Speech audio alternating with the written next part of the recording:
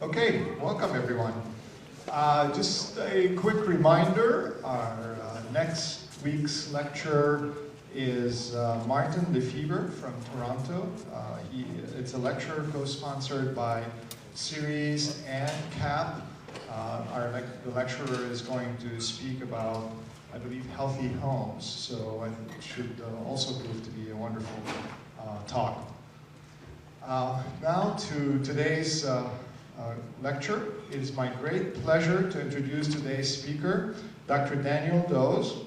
Dr. Doze is Dean of the Faculty of Communication and Design, a college at Ryerson University, a college of 8 programs and 4,000 students, and he promised me he knows everybody's name, including journalism, fashion, interior design, photography, cinema, and new media.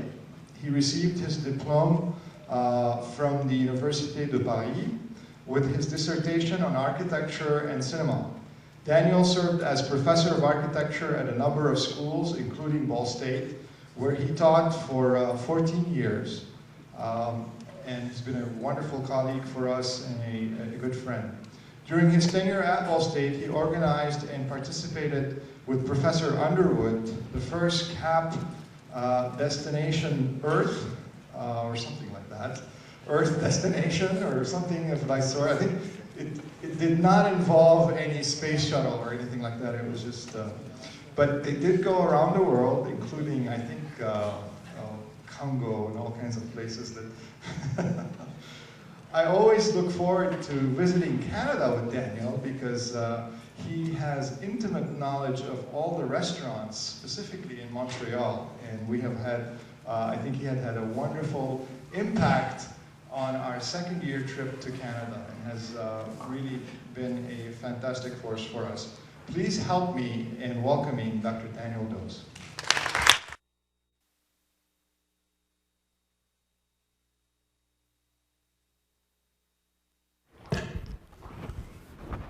Okay, no, that works. Well, thank you, Michel. It's very interesting to be back here after, well, I left 5 years ago. It's a great pleasure. Again, thank you for the invitation. CAP is very dear to me because this is where, well, I would say I learned to teach.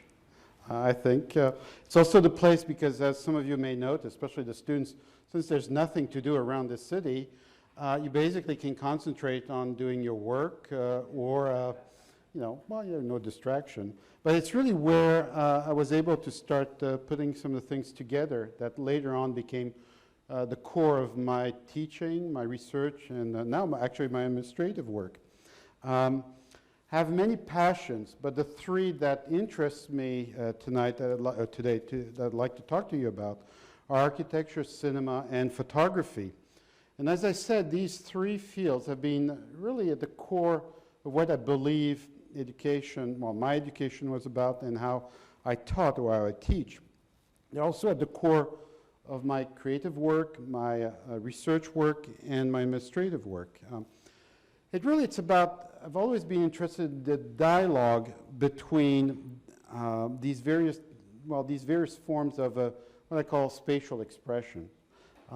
And maybe because on an intuitive level, I felt that there's somehow a common vocabulary that governs our emotional experience of space, you know, be cinematographic, be architectural, be theatrical, or be, photographic.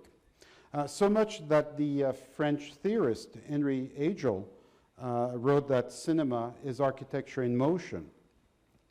Like many architects, photography quickly became a tool for recording, for exploration, but also, maybe more importantly, for expression.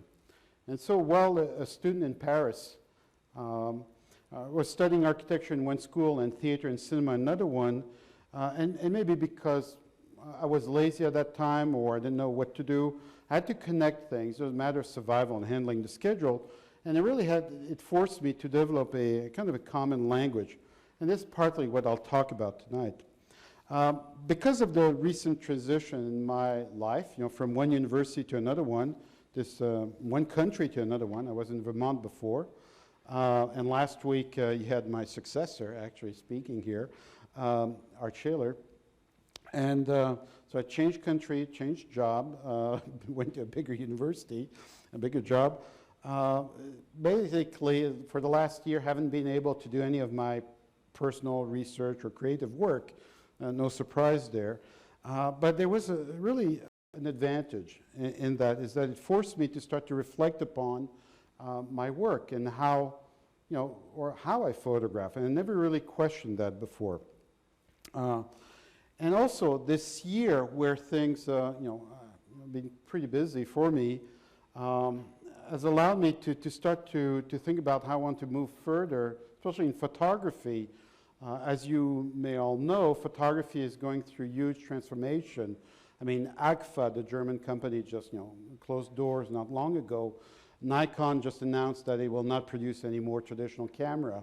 Kodak is just stopping doing any color paper or color film. So they're really going through a big transformation. And so this is a good time to think about how I'm going to handle the rest of my work there in photography. In the past also I've lectured on, mostly on the dialogue between cinema and architecture. I mean, that's something where I taught here, that was my favorite course, taught this elective. I taught it sometimes with people from landscape architecture, would you believe it? With Rob Benson, for example, and we had a good course there. I mean, it was actually quite fun. And we didn't call the course Cinema and Architecture because, landscape architects, obviously. So we call it Cinema and Environment, I think, something like that. Rob may correct me if I'm wrong.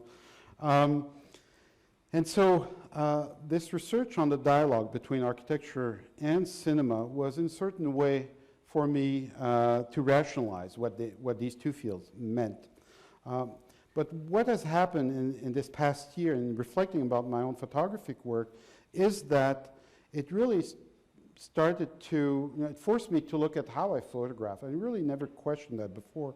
And I started to realize that how I photograph or how I look at the world is really, is following principles that I've kind of studied and uncovered while looking at architecture and cinema. And so these principles have started to influence really, and I didn't know that until recently, quite strongly how I simply frame the world through a camera, a viewfinder. So tonight what I want to do, not talk as much about architecture and cinema as a dialogue, but to talk about how, to take you on this journey along the way to look at a little bit this common dialogue and how it finds its expression in my own work. And maybe it's for me to try to explain all this to you and to myself. I mean, and I must admit that I've resisted doing that for many years, just because I have to find the clicker, if I have it. I think I left it there. Yes. By the way, I'm not sure what the deal is with the food, so if you're hungry, just ask me and I'll pass on some food. There, it's kind of unusual, not that I need food, but anyway. As I said, for a long time, I really resisted analyzing my work, in photography at least, because I thought, well, we spend our lives in architecture, especially when you teach architecture, trying to rationalize, why you're telling the students that their work really suck or it's beautiful or whatever. I mean, you're always trying to explain things, and you spend your life trying to rationalize, to explain, try to justify. And students know that when you're in a jury situation, you always have to explain things, and you think and you feel that you're in a firing squad. And so I thought that photography was really something that enabled me to feel free. That just I photograph and just without really thinking about it. Little than I know. So tonight, this evening, I will talk about three things. I'll divide my talk in three things, which, if I can get this thing, yeah. The first one, I thought that I should establish a context for all of you, because the context really speaks about what influenced me in my work, as a teacher, as a researcher, and as a photographer. And it will talk about how I've looked at cinema, how I looked at architecture, and how I now looked at photography. So I just want to briefly present this context. The second part, I want to, which will be the core of this presentation, is this journey between my research in, in establishing a vocabulary between cinema and architecture and my own photographic work. And in the third part, the conclusion, basically, very briefly, I'm going to try to start to establish the new context, I think, that we in academia really operate, and how things have changed, and how it's forcing me to look at things. I mean, this is especially true in my position as a dean. As it was mentioned, I mean, it's fairly large faculty. I have 4,000 students. I mean, there's 8 different schools, and they really, it requires, I think, and this is where my interdisciplinary approach to education is helping me to navigate between one area and another one. Because to be honest, I don't know too much about journalism. I mean, that's not my major. Or I have a school of fashion. I have a variety of programs that are fairly unique in themselves. But I think it's important for all of us in education to, as the Austrian poet Rainer Maria Rilke said once, that it was more important to ask the question because one day you would live into the answer. So I think our role in academia is to really ask the question, and your role as students is especially true. So influences. I'll go very quickly, but one I think that marked and influenced me more than anything else was a short film that I saw in the mid-70s by Norman McLaren, experimental film called Pas de deux. So if you haven't seen it, you should see it. I believe Bracken used to have a copy of it, so they may still have it, I don't know. But what's interesting about this short film, that it's not as much a narrative about, it's not as much about the narrative, there's a story or whatever. This is just a piece of ballet, and it's just filmed in a very interesting manner.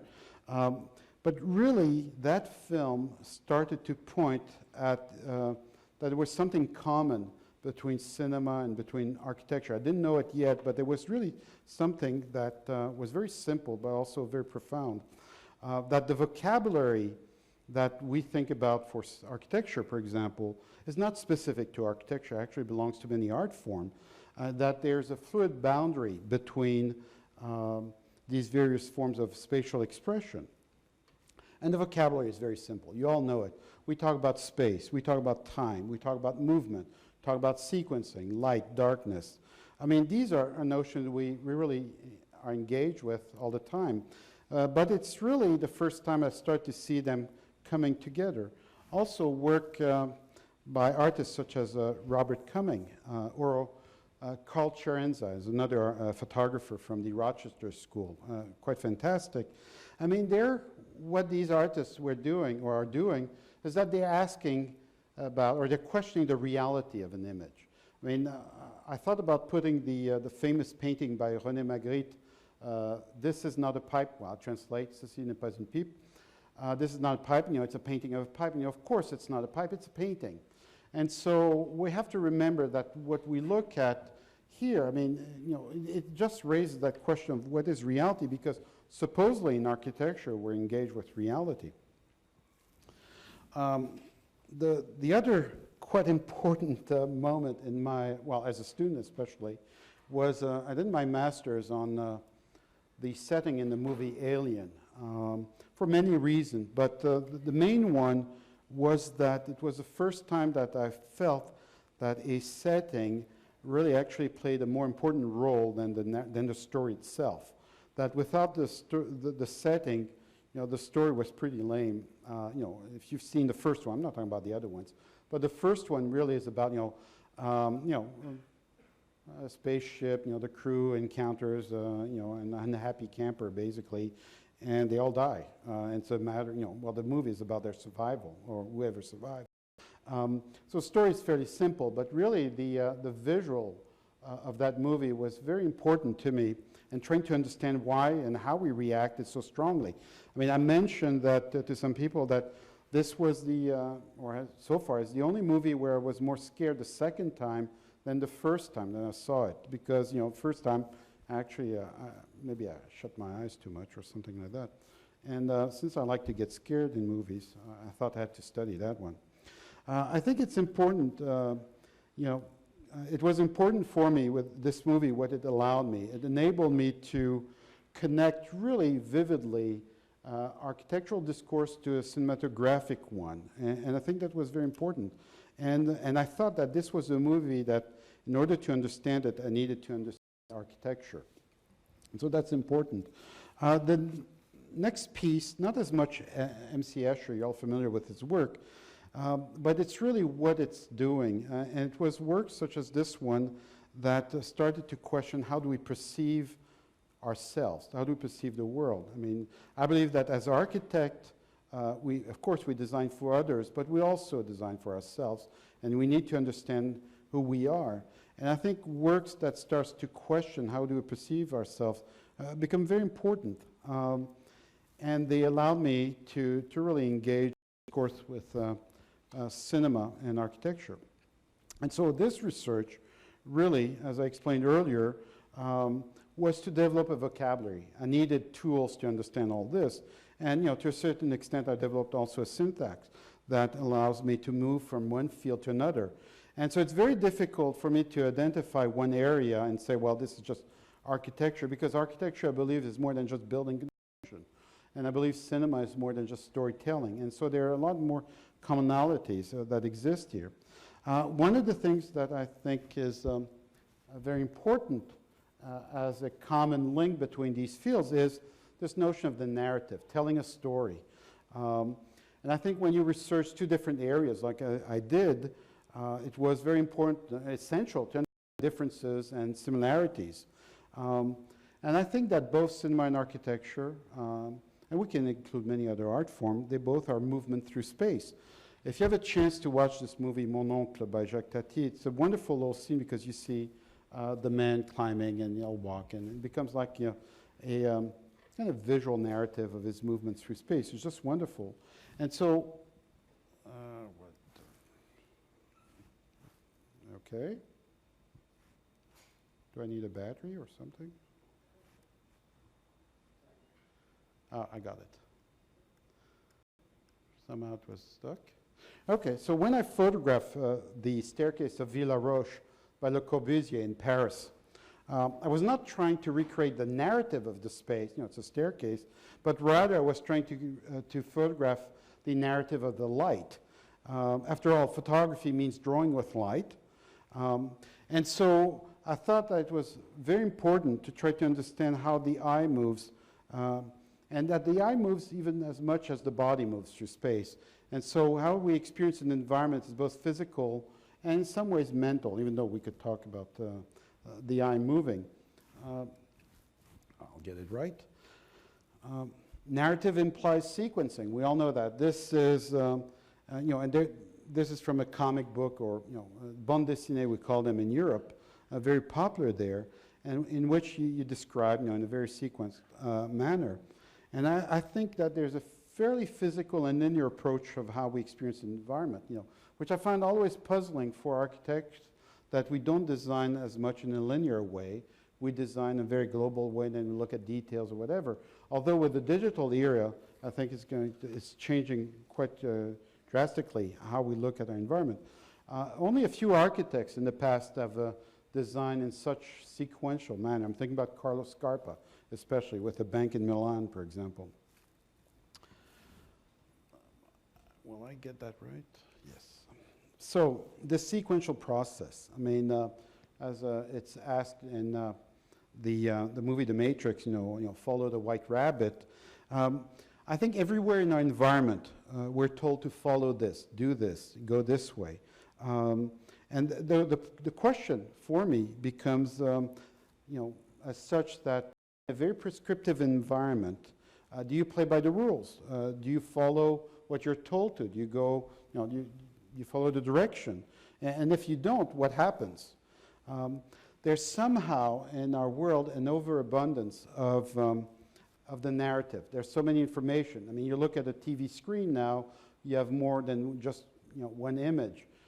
You're dealing with maybe 9 different type of inputs. And it's become a juggling act.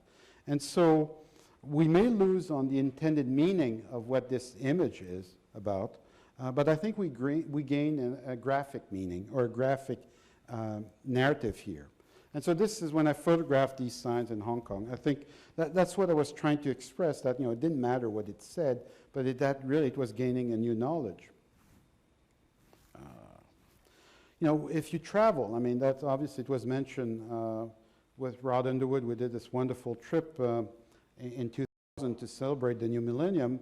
I did another polyarc a few years before with Pam Harwood, where we traveled through mostly Europe and North Africa.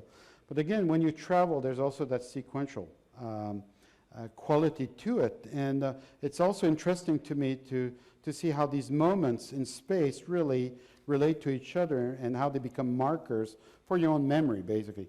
And this obviously, as you can see, it's the Duomo, the cathedral in Siena, and how you look at it from the city or how you look at it as you enter, and especially this wonderful, the pavement of the cathedral is just exquisite. One thing that's quite different between architecture and cinema, I think, is I need to mention here, is this notion of reality. I mean, obviously, architecture is reality, whereas one could argue that cinema is a reality, and that's one of the biggest difference. I think that when I look at my photographic work, it really has guided, if I can get it, it has guided, without knowing at first, why I was so attracted by these moments. And I've been fascinated by deconstructing these moments of a reality in our everyday reality. I mean, I think that has guided my eye when I travel and I record my memories, because I really think that for me, photographing is about my memories and recording them. I'm sorry, I'm pretty... This is another movie that I recommend you see. It's not necessarily a fantastic movie, but it really asks some very important questions. The Purple Rose of Cairo by Woody Allen really talks about what is reality. It's, again, a theme that I'm quite interested in, and it's about merging realities. A good example architecturally would be what Santot, Lisanne Couture and Annie Rashid did with the virtual, was it the Guggenheim Museum? And, what is reality? It's a museum, but it's not a physical one anymore. And I think we're entering that age, obviously. I got it. Obviously, these moments, such as this street mime in Barcelona, I think it's fairly interesting to me, because these are moments in our reality that starts to merge, and question our perception. I talked about this notion of reality of the setting. I think obviously for all architects, we know that time, motion are very important. I just love these two paintings by the French painter Camille Pissarro of the same boulevard in Paris. And one's early morning and the other one is late night. And that really looking at it and how the light and the time of the day transform our perception and our reading of the space, and actually makes the space totally different, even though physically we could argue it's the same. And so when I photograph, I really try to photograph light as much as possible. And so this, for example, in this temple of Karnak in Luxor, Egypt, I think here light is what creates the rhythm, the movement. Gives the sequencing to this image. I mean, it's not a static image, even though it's just a square and it's there. I think there's a lot of movement within that environment. Louis Kahn said that light is really the source of all being, and I believe that. I will add also that light is space. It is also physical, and it's also photographic. Yeah. Okay. Light allows us to frame our discourse, or to frame my discourse. In this photograph, depth becomes a narrative expressed. If you remember that comic strip I showed you, it's a little bit when I travel, I try to find these spaces that have very spatial realities. And because I think they start to expand our environment, and that's, they start to show the depth that exists. Obviously, the famous painting by Duchamp when he's trying to represent movement in a static form.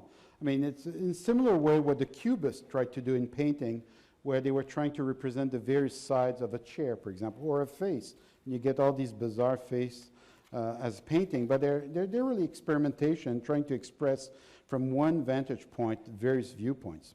And so that becomes quite fascinating. In this photograph, the interplay of static versus movement may become irrelevant, since both of them exist in time, but I think they create something quite new, quite different.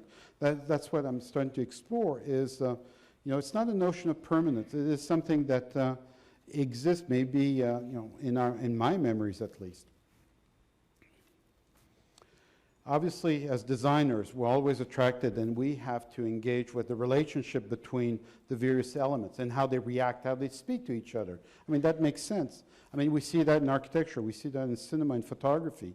I think this intimate dialogue between these various moments are really necessary in telling the story. And so when I photographed the Cathedral of Pisa, and I photographed it through the baptistry, which is not the usual shot. I mean, I was not trying to be cute or different. I mean, maybe I was, but really I was trying to question what was reality. Because, when you go to Pisa, you obviously have to, everybody has to go there. And we, Rod is a witness. We saw many students doing that. They fake leaning, you take a picture, it looks very beautiful, obviously. So we all do that. And we're always told, this is what you have to photograph, this is what you have to see. And I think maybe it's it's me trying to establish my own identity by, trying to look at things my own way. I think it's, fighting for, for these stereotypes. Okay. So, in other words, the question for us in the design field is, what is the choreography that is expressed through the tension that exists between the dancers here and the staircase, the setting? What is the narrative that they tell? What's the story that we're trying to communicate? And so, is it to design? Is it to photograph? And I think to design and photograph is to decide about the relationship between the various elements. I mean, there's a lot of power that is given to the person who designs there, because they do have to start to create these new narratives. And so the question, when I photographed this little child on his bicycle in Paris, the question for me was, is it about the movement, about this child, or is it more about the texture on the pavement here after the rain? And, and it really depends how you look at it and how I look at it, but I think it's starting to look at those various narratives. And obviously, in cinema, we film a narrative. We film people. I mean, so you have to figure out where you put them. And so this is just a sketch from a movie that I love this sketch because it talks about how you compose a movie very often. You always look at where you put the people, in the setting, because you're going to film them. Now, it would be interesting to see how many students or how many architects restart this process that way instead of, let's say, your traditional floor plan, which ultimately I find it amazing is that we design for people, but that's maybe another lecture. But I think that relationship between the inhabitants of a space and the environment is essential. It's essential in cinema, it's of course essential in photography. So when I photographed this street scene in Lima, I didn't tell people you move there or etc. I just tried to capture what I thought the space was about at that particular time, that it was a certain choreography. I'm not sure what the meaning is here of the choreography, but I'm just, maybe here attempting to just communicate that feeling I had. And obviously, people such as Alfred Hitchcock in cinema have been studied for many years because, they're the one who truly understood the relationship between the setting and the people. I mean, here, obviously, this scene from Murder, it's not a coincidence that the prison guard that's standing in the back is dressed the same way the door is, white hat, dark body. And these are vertical devices that increases the separation between the two characters in the foreground. And Hitchcock, of all the people in cinema, is probably the one who most understood how to establish a dialogue between background and foreground. And I tried to do that a little bit in Barcelona with how this, I shot this photograph. The door in the background, or the archway, really establishes a separation, and I think isolate the street musician. I mean, of course, the way I photograph it makes it that he's even more lonely. But looking at the background becomes really an integral part of the image. Some architects really crossed the, I guess, the boundary between cinema and architecture, well, between architecture and cinema. One that I think of is Robert Mallet-Stevens. So if you have a chance to go to Paris and you go to see Villa Roche, where it has all the Le Corbusier building, 2 streets from it, you have Mallet-Stevens Street, and it has some of his buildings that you'll see, contemporary of Le Corbusier. But this is a setting that he did for a movie. But it's really questioning, again, this reality between, and the relationship, the dialogue, the narrative between the characters and the setting. So I find my work more and more exploring issues of perception. How do I look at people looking at something else? In this case, photographing this fairly attractive model in Piazza San Marco in Italy, in Venice. It's a little bit, the dream within the dream, that Edgar Allan Poe talks about. So I talked about the relationship between the characters and their setting, but obviously we could talk about the relationship between the characters themselves. And I wonder why in architecture we don't really do that as much. The reaction that exists between the various characters.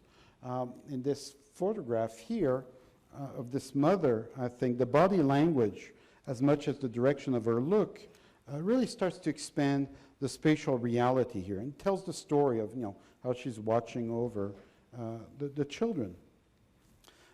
These 2 persons, it's one of my favorite painting by Toulouse-Lautrec. You look at the very simple drawing, basically. 2 persons, the bed sheets, very simple, but it's actually quite delightful the way, even the point of view and how it's expressed.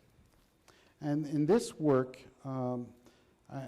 maybe I've come to realize that the Carnival of Venice is probably my favorite place to photograph, because I think that's the only place where really realities are merging and you don't know which one is which, and people can pretend to be of a different reality.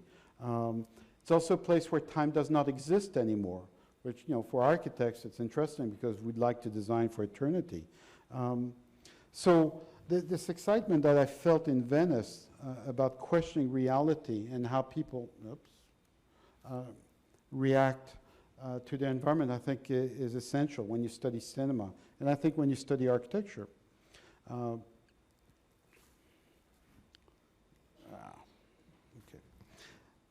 Another image from the Carnival of Venice. I think this image talks, for me, about the difficulty in taking a shot, pressing the shutter release. What is it I'm looking at? And trying to understand what I'm looking at and how I'm looking at it.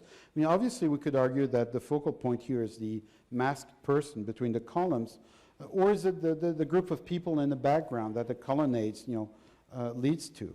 I think they're both valid, and I think it's a fairly awkward shot that I took there. I quite like it because it still hasn't resolved me trying to understand what I was looking at.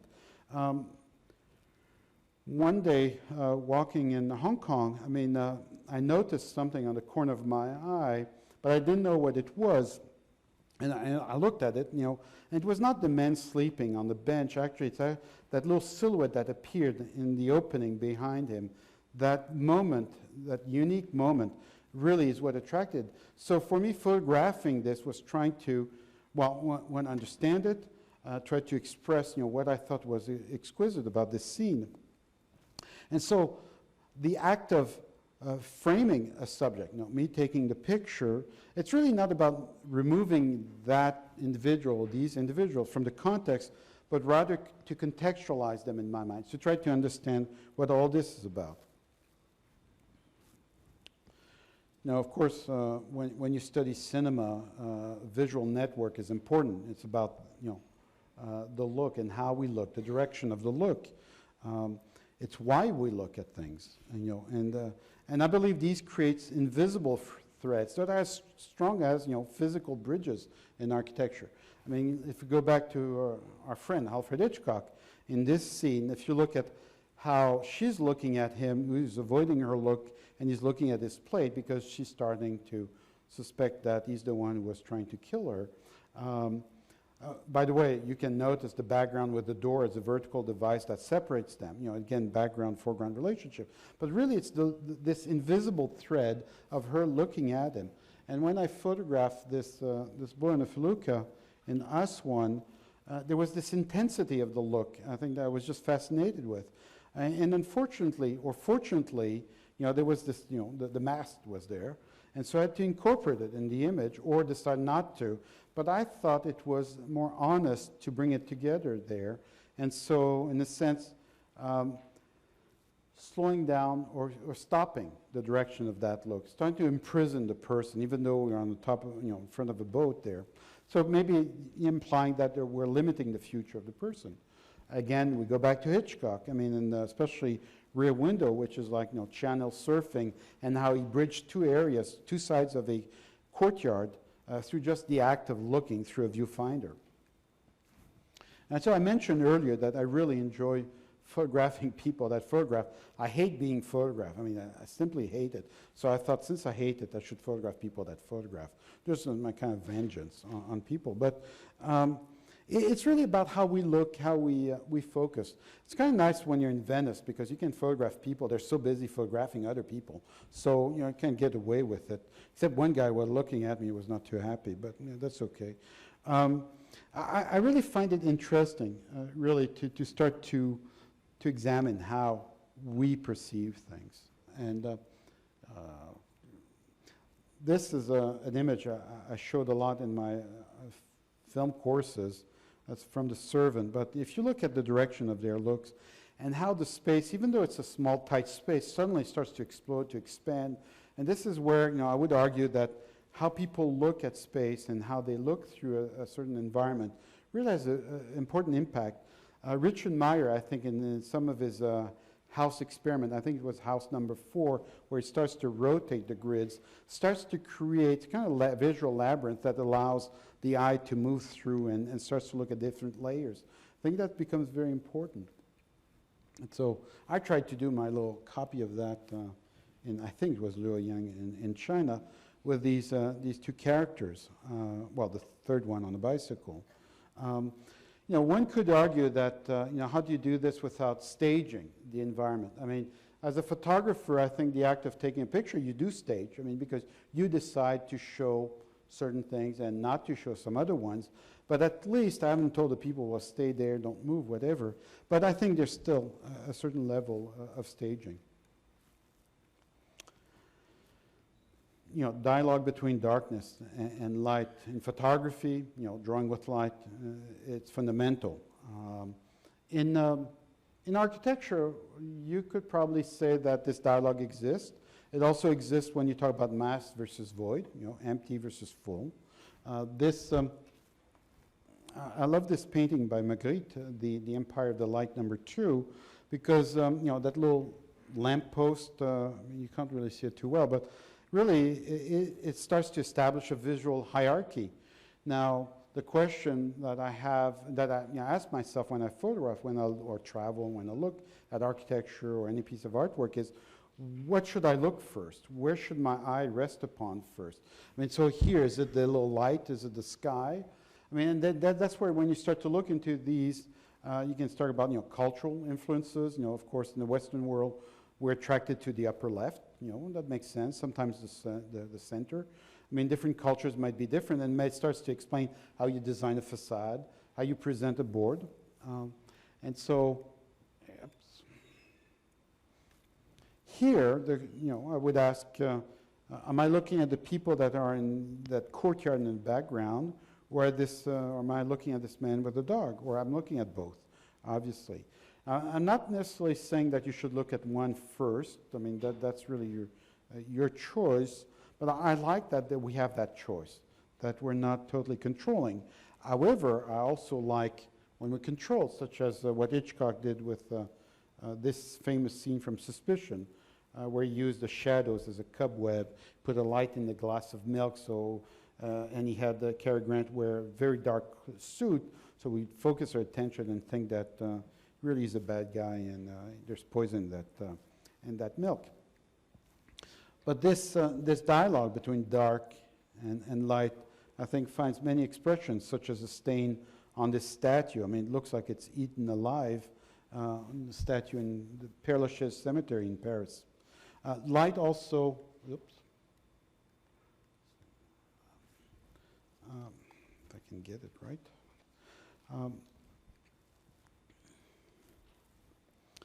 High contrast is very helpful. If you want to really attract people's attention, I think that a high contrast is necessary.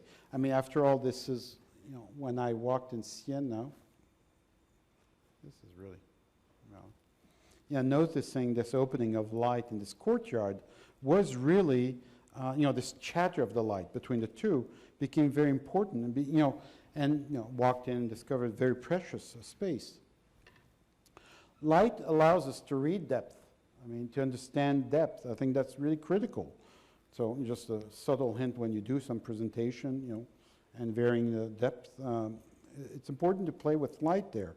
But one thing I would guard us is when we look at photography as opposed to cinema or as opposed to architecture, is that photography is a two-dimensional expression. You know, it's a flat surface of maybe a three-dimensional space, but nonetheless it's a two-dimensional. Now, in architecture, I would argue that it's a four-dimensional. I mean, time is very important, so I really include the fourth dimension.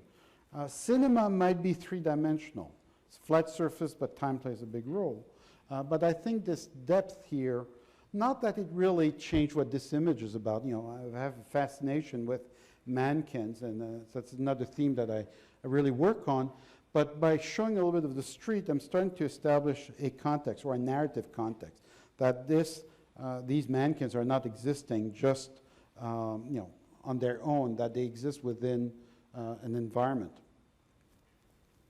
And so point of view becomes essential. How do we express, how do we experience an environment? You know, how much information do you provide? You know, how close do you get? What do you include? You know, and of course, by thinking about this amount of information and how you select it, you can start to manipulate how people, you know, may react to it, I guess. But really, it's about how much information is needed, and this is our field, obviously. One could ask, is less more or is more less? I mean, really, these are quite important moments. I mean, when I photographed this, jetty in Egypt, there were these birds flying that I thought they were distracting, but at the same time, they provide some very interesting, they become the inhabitant of that space. Very wonderful movie, Pandora and the Flying Dutchman, but if you look at the point of view and the light, I don't have a pointer here, but you have the shadow in the upper right that reinforces the man stabbing James Mason. In a similar way, when I photographed this statue in Père Lachaise Cemetery, at first I was fascinated by just the statue and the expression and the material. It's just gorgeous. But having the trees in the background really starts to create a sense of enclosure, of intimacy. I think actually makes the image a little bit more powerful. How you look at yourself, obviously very important. Of course, this is a reflection in a window. But, it tells about who you are. I'm not sure what it tells about who I am there, but I think it does in a certain way. That I'm kind of bizarre, probably. And I love mannequins and computer screens. But really, I think it's important as designers. You have to constantly question, how you look at the world. I mean, how do you want to design for people if you don't understand who you are? I mean, that's really quite important. I mentioned earlier this notion of pulsion or sequencing. I mean, this movement. I think how do we move through space is very important. And so photographing, I've always liked this notion of how, where do people go? I don't know where they're going, but I like the rhythm that they create. And, it's also the eye reading a piece of work, such as, this one by Roy Lichtenstein, which is a huge piece of work. I mean, the eye suddenly starts to move. You have to move your head, actually, to when you're, standing in front of that piece of work. Man, or as being, maybe scared by time, because we can't control time. I mean, time is something that has no physical boundary. Something that's fleeting, obviously. I think photography is quite magical in that it gives the illusion that one can make a situation eternal, that you can really not stop time, but hold time, maybe slightly different, that it will last forever, that these two men walking down in the Forbidden City will be walking forever. I mean, going somewhere, we don't know where, but it doesn't matter because they're walking. And so this rhythm, we talked about rhythm in cinema as being very important because it becomes the heartbeat. It's your heartbeat. And how do you experience an environment? What kind of emotion do you want people to have? So, in some ways, to photograph is to edit space and time. Well, this is mighty powerful, I think. Imagine that you're able to edit space and time. By architects, we do that, or we think we do. I mean, famous scene from The Birds by Hitchcock. It's probably the most famous scene in cinema in terms of spatial editing and how he manipulates and tells the story. And this is just before the attack to the schoolhouse. I mean, I like to show that in my classes because, it's very simple, but it's extremely powerful. And people such as Eisenstein really, truly understood the power of editing. You put one image next to another. And so in my early work, photographic experiment, I was trying to express movement in a different way. This is altered photography. And a little bit what Norman McLaren did with the film strip and the pas de deux, I start to now expand, go beyond the frame itself. And I did works that would include several images out of a film strip. But we all work with a boundary, with an edge. As architect, I mean, we're trying to compose a reality within this edge, this frame. As a photographer, as a sculptor, I mean, it's how do we bring order to chaos? I think that may be how we could describe our common mission here. And so when I photographed this alley, I first did it, I didn't want anybody in there. I mean, and so I had to wait for people not to be there. But after when I printed the various image, I thought that this one actually was more about what the space was, that the reality of that alley was that person framed by it and walking down. I think that became essential in communicating what I thought that space was about. So it's about the detail and how the detail tells the story. This wonderful gin or glass on the right, but it's an architect, Adam Tihani, and there's some wonderful design there. And so when I photographed this door in Peru, I was not, who cares about the door? The door is pretty ugly. I was photographing the light. I was photographing the detail on the little bars there and how the shadows created a very interesting line. And so I was trying to visualize my response, why I liked it. Of course, the color helps, but I did this also with the black and white image. And so here I was capturing the transformation of the lines, as you see them reflected on the windows, and it became like water, suspended here. And so this reality is really a dialogue between, again, Hitchcock background, foreground, and I tried to do that as much as possible when I photograph, to look at what's happening behind. We're so conditioned to look at what's just close to us, that you forget that there's another reality that is as important. Oops. But this duality, what does it mean? We were, when I took this picture in Lima during the elections in 2000, and again, the dialogue between, the life that continues, whatever this pier, and, this wall with all those images, and what does it start to say? And so developing a spatial topology, you start to look at this emotional quality, that, space is contracted, that it starts to talk about confrontation, the sense of entrapment. And often in my work, I focused on sense of isolation, of entrapment, and, confrontation between, the trees here and how they're manicured, basically, and the castle there, or the detail from that, that was a little church. And in China, I was truly fascinated by how one tries to avoid confrontation. This is a fairly populated country, and I think, it's quite amazing how their identifying their own space, bubble basically, and how they avoid this confrontation. Obviously, you talk about contracted space, you can talk about dilated space, the sense of the open field. Western cinema is very much about the open, the lonesome cowboy riding onto the horizon. And so it's really about changing the rhythm of an environment or of a movie every time you dilate the space. In this photograph, I'm attempting to I guess, make this scene eternal. There's certain perfection of the moment. I'm not too sure about the sign about the car because that starts to date it. But at the same time, it's kind of whimsical, and I think it really starts to, it plays with our sense of temporality.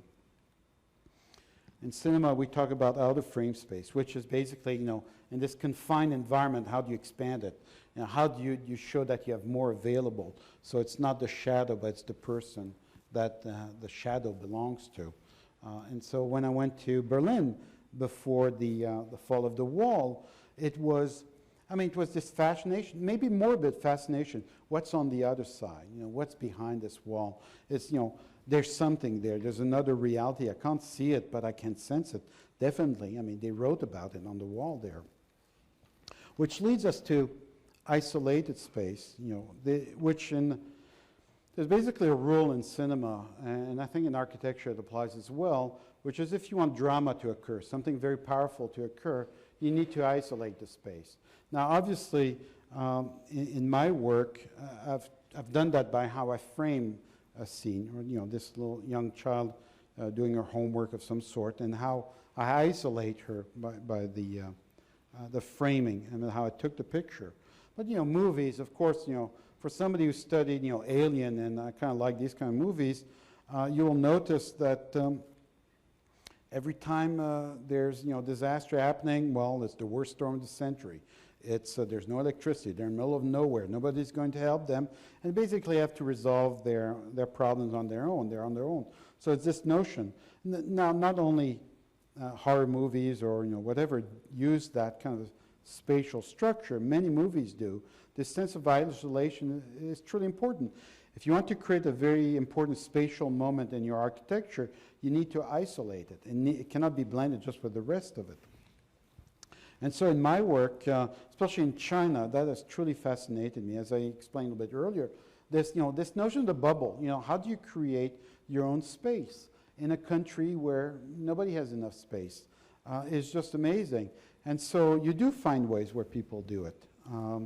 And of course, I cheat a little bit here by not showing the two-person that he was facing. I think they were photographing him. But anyway, you're entitled to manipulate things. But this is a series of work that I haven't finished. I'm hoping to get back to China in a couple of years so I can finish this. Because it's really, after a while I was there, that I started to realize and ask myself why I was so fascinated by these people, standing alone, and how, what they were doing, and this sense of, being on their own is just amazing. And so, to conclude, I'd like to just talk very briefly about context. I talked about the context in which my work, my photographic work, really develops. It comes from this dialogue between architecture and cinema, and I talk about the vocabulary and how it has influence without, or at the beginning without me knowing that it had influenced my work. But I think there's a larger context that we do operate. And one is for us as a community. If you think about it, as universities that have become economic, scientific engines for a city, a region, you look at a city such as Muncie. The university and I think Ball Memorial are the two economic engine now of this environment since Ball Corporation and many companies left. But they become, true, economic engine. But I'm convinced that they should also be cultural and social engine for the city and the region. I think the role is a vital one. If you look at the state of the world, political, social, and financial, more than ever, art and culture has and must play an essential role to better humanity. I really deeply believe in that. I may be overly dramatic, I realize that, but somewhere I believe that the progress of mankind is not in sciences and technology as much as in the arts and culture. And this is where fields such as architecture, or the ones that I find in my own faculty, have become very powerful and attractive vehicle to communicate the importance of the cultural environment. They have, think about this, they have an immense advantage in that they bridge many disciplines. I think they're, in some ways, are much more aware of the paradigm shift. That in order to resolve a problem, we talk about problem solving in architecture, but in order to resolve a problem, you really find the answer not necessarily in your own field, but in some parallel field, or something that you didn't expect. So it's really this dialogue that becomes very important. Clark Kerr, the former president of UC Berkeley, wrote in a very interesting little book called The Uses of the University, and I quote, "The universities need to find ways to accommodate pure creative effort if they are to have place on stage as well as in the wings and the audience in the great drama of cultural growth now playing." Oh, I forgot to show this, but another context I think is summarized by this question. It's a silly little book, but all of you should read it. It's called Who Moved My Cheese? It's a nice little book. It probably takes half an hour. Any administrators in academia reads it because, supposedly it teaches us about, we need to have changes. But anyway, but this is a fundamental question that, I do ask myself when I photograph or when I work, that we have to ask ourselves, what would you do if you were not afraid? Well, obviously, you first need to ask yourself, what is it that you're afraid of? And often we don't want to even face that. And the second one is really a quote from a wonderful book. It's starting to be a bit dated now, written in 2000, 2001, and it's from The Age of Access by Jeremy Rifkin. And that quote, I think, about the cultural industries and that they really we're entering a new environment where the image becomes very important and what it might represent or what it could represent. And so there's another context also, I think that to me, a personal context that is important as a photographer, as an architect, as a cinematographer. I mentioned it's about taking risks, in the text of one of my exhibits, I wrote that I photograph to remember and I photograph to forget. I think the act of photographing for me is the act of fixing permanently those moments of realities that I've experienced. And by doing so, it goes beyond just preserving them. I think it also starts to initiate new ones. I think by asking the question, you start to think about where it could go and where it can go. And maybe Hemingway said it better. This is a wonderful quote, actually, that my wife found for me. That's just love. It talks about, if you're lucky enough to have lived in Paris as a young man, then wherever you go for the rest of your life, it stays with you, for Paris is a movable feast. And so photography for me has really that quality, that it's that movable feast that I carry with me. These are, these moments, they're more than just visual moments, they're emotional moments I'm able to carry as much as possible. And I will thank all of you for having listened so patiently.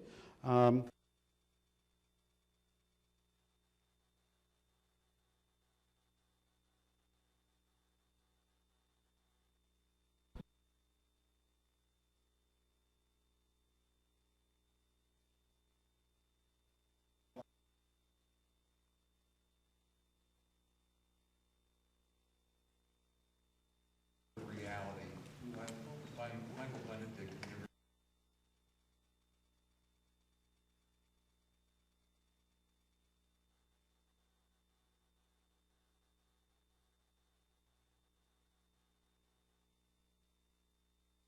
When you frame something, what you begin to do is you become selective, you delimit what's there, you remove all the random stuff, and indeed you're ascribing to the unreal rather than the real. And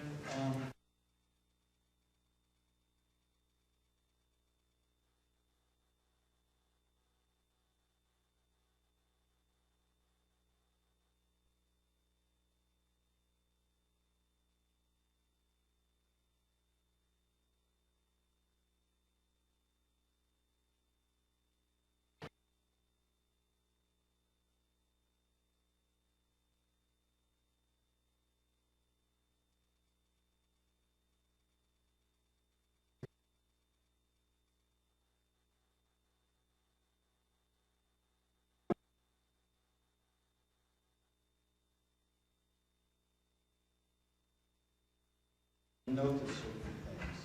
And obviously, they're part of a larger context. They only can exist within the larger context. But for me, to understand what attracted me in this particular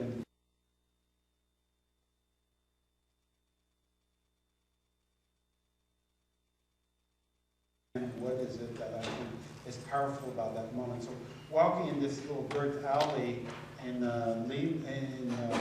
Cusco and noticing this blue door, for example, it's really that little shadow that really became the essence of that street for me. So the context may be in my mind now, not in yours.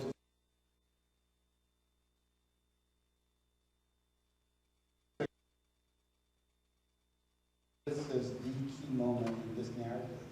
And so, yes, I do, then the debate is, do you photograph for others and is it for you? And how do you communicate that context? And I think that becomes an interesting situation. But I look at it really from a personal standpoint, that I'm actually removing these moments, what's cluttering my understanding and my appreciation of a particular scene or moment in space. I think that's maybe how, it might be different than